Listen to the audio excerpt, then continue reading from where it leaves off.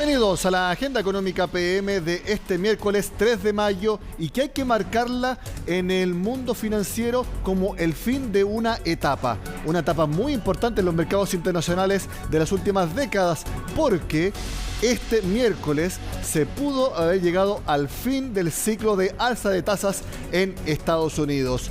Todo el mundo estuvo atento a la decisión de la Reserva Federal que confirmó las expectativas, subir en 25 puntos base la tasa de interés al rango entre 5 y 5,25%. La noticia estuvo en que se anticipa que ahora habría una pausa y eventualmente no habría más alzas de tasa de interés, tal como lo dijo el presidente de la Reserva Federal, Jerome Powell.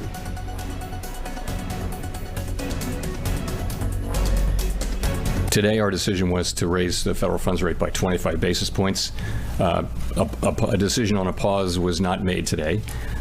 Hoy nuestra decisión fue subir el rango en 25 puntos base. Hoy no se tomó ninguna decisión respecto a una pausa. Habrán notado que en el comunicado de marzo había un sesgo que señalaba que el comité anticipaba que algunas alzas adicionales serían apropiadas. Ese sesgo ya no está en el comunicado. Lo sacamos y en cambio ahora decimos que en orden a determinar en qué medida nuevas alzas serían necesarias para retornar la inflación al 2%, el comité tendrá en consideración algunos factores. Ese es un cambio significativo. Ya no decimos que anticipamos nuevas alzas y nos iremos manejando según la información entrante, reunión tras reunión, y podremos saberlo en la reunión de junio. Esta es la segunda vez consecutiva que la Reserva Federal subió la tasa de interés en 25 puntos base. Revisemos en la siguiente gráfica cómo ha sido este proceso que, como lo veíamos, pudo haber llegado a su fin durante esta reunión. La Fed tenía en enero del año pasado la tasa en 0 y 0,25%, su mínimo histórico. Y luego de esa reunión, prácticamente sin excepción, subió la tasa de interés en todas las reuniones del Comité Federal de la Reserva de Estados Unidos. Sin excepción, de hecho, hubo varias reuniones en que la alza fue bastante importante, de 75 puntos base. Sin embargo, todo habría llegado a su fin durante esta reunión y por lo tanto la Fed dejaría la tasa de interés en 5 y 5,25%. Ahora la pregunta es, ¿cuánto la mantendrá en ese nivel? Es ahora la gran duda que tiene el mercado. Precisamente vamos a analizar con actores del mercado cuáles son las proyecciones que se dan luego de este anuncio de la Reserva Federal. El contacto a esta hora es con Klaus Kempf, que es el director ejecutivo de Portafolio Solutions en Credit Corp Capital. Lo vemos en pantalla. Klaus, gracias por estar en Agenda Económica. Hola Nicolás, muchas gracias. ¿Cómo estás tú? Muy bien, y te quiero preguntar, este no anuncio de alza de tasas, porque así lo dijo el presidente de la Reserva Federal, que quitaron la parte del comunicado que estaba en la anterior reunión y que ahora no está, de que sería necesario más alzas de tasa. Ahora esa parte ya no está y se anticipa entonces que quedará la tasa entre 5 y 5,25%. ¿A ustedes los sorprendió esa decisión de la Fed?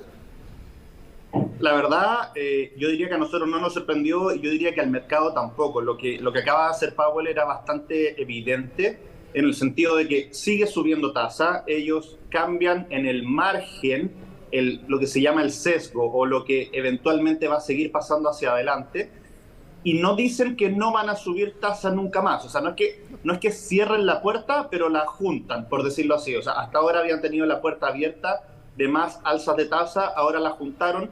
La probabilidad de una subida de tasa adicional es baja, pero tienen que seguir haciendo una amenaza creíble desde el punto de vista de inversiones o en teoría de juego, ¿cierto? Uno habla de hacer una amenaza creíble y decir que eventualmente si la inflación no baja a la velocidad que uno espera o reacelera por alguna razón, ellos podrían eventualmente volver a subir la tasa, a pesar de que dado todo lo que se anticipa hacia adelante, esta debería ser la última subida de tasa y deberíamos mantenernos aquí hasta aproximadamente el fin del año. Este sesgo neutral implica que la Fed está viendo que las presiones inflacionarias ya de manera consistente y de manera estructural están finalmente cediendo. Exacto, lo que estamos viendo son indicadores líderes que ya están mostrando que lo más probable es que la inflación ceda. ¿Cuáles son esos indicadores líderes? Estamos viendo caídas en los indicadores del PMI o de algunas encuestas sobre precios. Estamos viendo que el precio de la energía ya ha venido bajando, ¿cierto? Son cosas que se ajustan más rápido. El año pasado el precio del petróleo en promedio estuvo en 100, en este momento está en 68, 30% menos. Entonces eso contribuye a una inflación más baja, pero las cosas que también estamos viendo que han sido las más persistentes tienen que ver con los precios de las casas y el crecimiento de los salarios.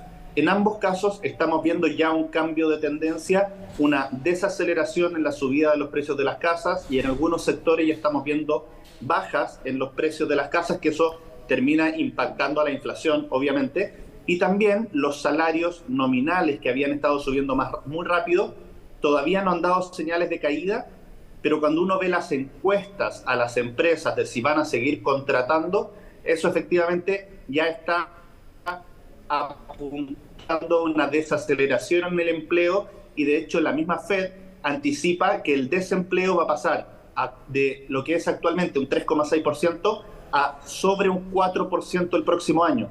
Y todo eso en conjunto debería generar menos demanda, menos consumo y por lo mismo una inflación que desacelera. Eso es de alguna forma lo que está tratando de transmitir Powell con este, entre comillas, fin de una era de subida de tasa, de la subida de tasas más rápida que hemos tenido registro.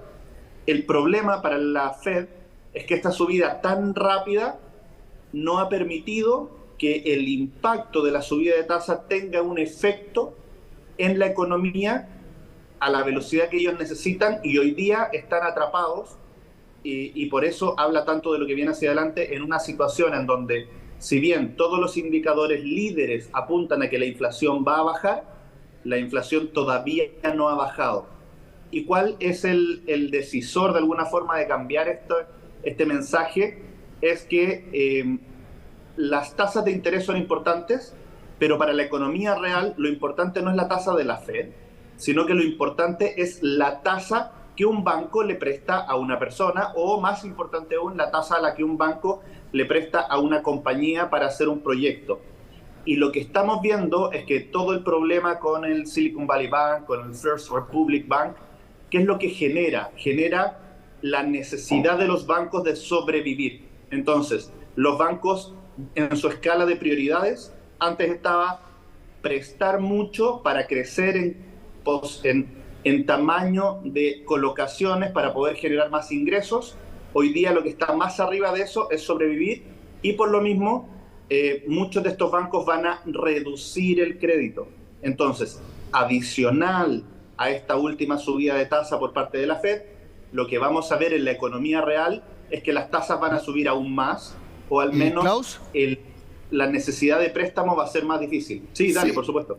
Pero en ese sentido, si bien la razón de esa mayor estrechez financiera por parte de los bancos es mala, porque es la insolvencia de muchos, hemos visto las compras, claro, por ejemplo, ahora último, de JP Morgan, de First Republic. Ahora, eso tiene un efecto positivo, que menos liquidez en la economía y por lo tanto las presiones inflacionarias van a ceder aún más.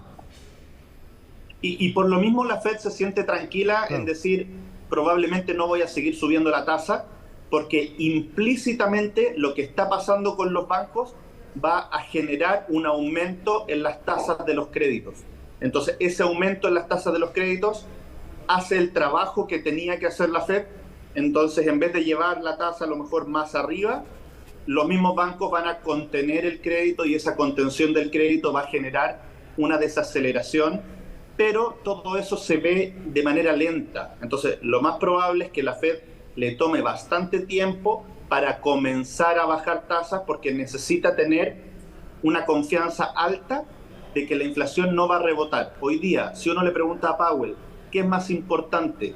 ¿Salvar a la economía de una recesión o matar o controlar la inflación?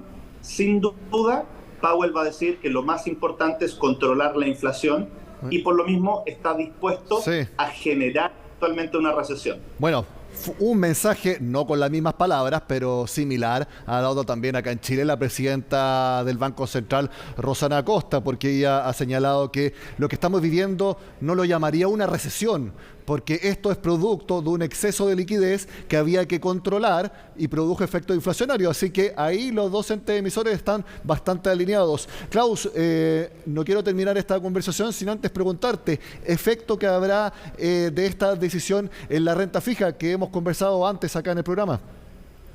Claro, el Banco Central en Chile probablemente está con la misma preocupación.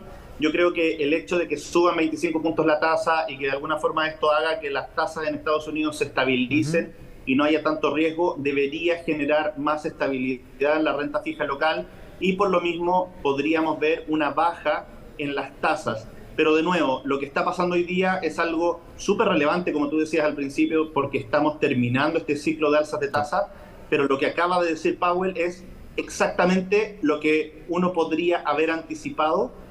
La única discusión que se dio importante dentro de la conferencia de prensa fue efectivamente por qué estaban subiendo tasas y estaban quebrando los bancos. Nosotros estamos viendo que en Chile eso está totalmente diferente, la economía está bastante, las empresas están más sólidas, no vamos a ver quiebras, los bancos han seguido prestando, las personas siguen con capacidad de endeudamiento y por lo mismo vamos a ver un Banco Central en Chile que mantiene tasas por un tiempo todavía prolongado y la renta fija va a seguir siendo una muy buena alternativa de inversión, pero efectivamente hay que estar atento con qué podría pasar, por ejemplo, con el tipo de cambio.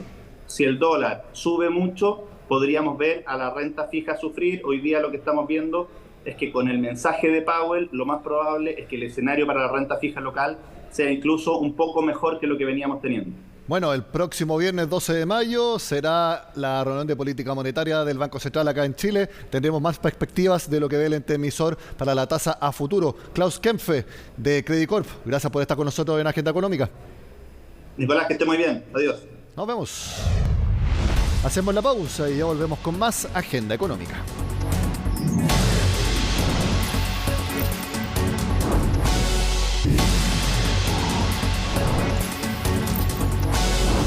Como lo vimos el martes, la caída de 2,1% anual en el IMASEC de marzo estuvo fuertemente influenciada por la baja en la minería. Bueno, esto no fue solamente en marzo, sino que durante todo el trimestre importantes yacimientos y empresas mineras tuvieron una baja en sus producciones y también en sus utilidades. Codelco vio una caída de 77% en sus excedentes. También sucedió lo mismo, por ejemplo, con Anglo American. Si bien esto no pasó en otros yacimientos, ya se habla de que la menor producción minera tendrá impacto en una menor recaudación fiscal a través del impuesto a la renta que paga la minería y que el año pasado provocó que por primera vez el impuesto a la renta fuera un mayor recaudador que el IVA, tal como lo cuenta Belén Vázquez.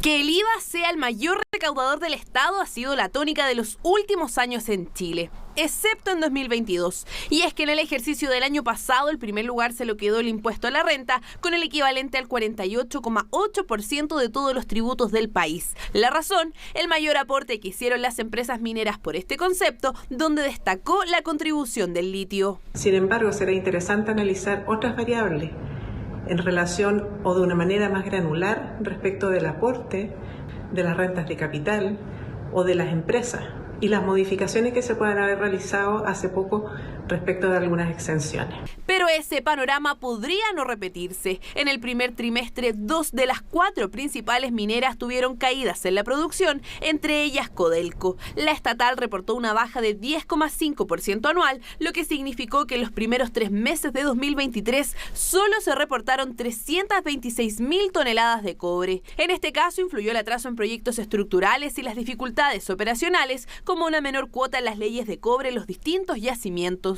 Así, Codelco reportó un EBITDA, o en términos sencillos, los resultados brutos de $1.143 millones en el periodo. Nuestra operación no es solamente el nivel que tiene la producción, sino que la extensión que tiene la producción en años. Y lo que estamos haciendo hoy día es extender la vida de Codelco para 50 años más. en yacimientos y en minas. Hay un efecto que es muy importante respecto a la disminución de producción. Eso es lo que es preocupante. Y esa disminución de producción no es producto de algo operacional de corto plazo, sino que más bien es por un retraso en la entrada y madurez de los proyectos estructurales que iban a reemplazar la caída en la producción de cobre debido al tratamiento de minerales con menor ley. A ello se suma Anglo American, que también dio cuenta de una caída en la producción de sus operaciones en Chile cercana al 15%. En este caso influyó la reducción de las leyes de cobre en Los Bronces y Collahuasi, pero eso no es todo. BHP, pese a tener un aumento en la producción de Escondida y Pampa Norte, proyectó una caída para el total de 2023. En términos anuales, la compañía apenas superaría el 1.000.000 de toneladas de cobre. ¿Cómo podría impactar esto en los ingresos fiscales, especialmente la baja en los resultados de Codelco? Probablemente en el balance entre cantidad y precio, probablemente se compensen una cosa con la otra, suponiendo que los problemas de producción se mantuvieran. Pero Chile va a seguir siendo un país minero, la actividad minera es relevante para nosotros. En el caso de Antofagasta Minerals, el panorama es diferente. La compañía creció en el primer trimestre 5,1% y produjo 145.000 toneladas de cobre, aun cuando, según indican, tuvieron restricciones de agua en los pelambres. De todos modos, la situación es transversal y responde a factores más estructurales que incluso con las inversiones correspondientes no son sencillos de resolver. Los yacimientos en Chile vienen envejeciéndose. Envejeciéndose significa que cada vez es más difícil sacar la misma cantidad de cobre. Tengo que gastar más energía, tengo que invertir más, porque el contenido de cobre en el material ha venido disminuyendo. Y obviamente que eso no se puede hacer mucho contra la naturaleza, digamos. Los expertos sostienen que urge poder avanzar en tecnologías que hagan más competitiva la industria minera del país. Este jueves, en tanto, Cochilco entregará su informe correspondiente al primer trimestre de 2023 con proyecciones de precio, demanda y oferta de cobre para este y el próximo año.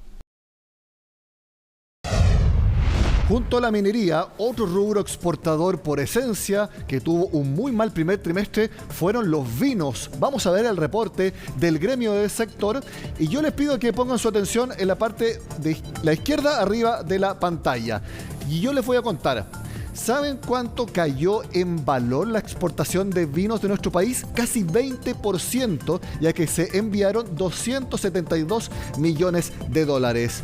Casi la misma caída fue en volumen, ya que las 9,5 millones de cajas representaron un descenso de 17,5%. Y esto principalmente fue un descenso de volumen, porque el precio promedio apenas cayó 2,6%. Ahora, dentro de los destinos de envío, todo esto se explica porque a China la baja de los envíos en valor fue de 48,55% y actualmente gran parte de las viñas, por no decir todas, tienen a China como su principal mercado o por lo menos quieren tenerlo. Por lo tanto, que caiga 50% en valor el precio, el monto de los envíos es muy, muy importante. Por lo tanto, aquí vemos entonces que además de la minería, el vino también tuvo una fuerte caída en sus exportaciones durante el primer trimestre.